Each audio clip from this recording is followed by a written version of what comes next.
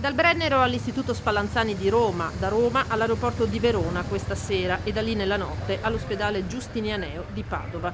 È il percorso delle prime 875 dosi di vaccino anti-Covid in arrivo in Veneto, che domani saranno distribuite e somministrate in ogni provincia.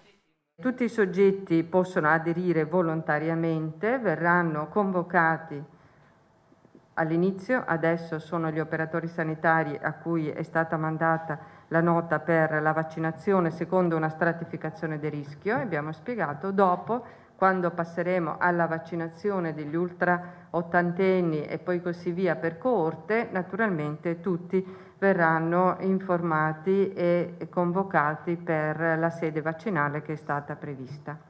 La grandissima parte degli operatori sanitari ha detto sì al vaccino. Abbiamo un'adesione che è oltre il 90%.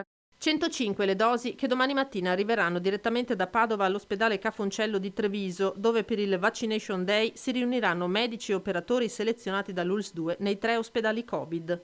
Noi abbiamo già predisposto la lista, come ci è stato richiesto, delle persone che saranno vaccinate, che sono ovviamente in questo caso tutti ospedalieri in prima linea. Si spera già da gennaio, ma tutto dipende dalle dosi che manderà il commissario Arcuri, di partire con una vaccinazione importante all'interno degli ospedali e di tutti ovviamente i sanitari e i sociosanitari che sono in prima linea. E naturalmente parallelamente, ed urge questo, le residenti sanitarie, cioè le case di riposo. Il primo a vaccinarsi sarà un primario. Il direttore Benazzi preferisce non svelare il nome, ma annuncia. Sarà una donna sicuramente.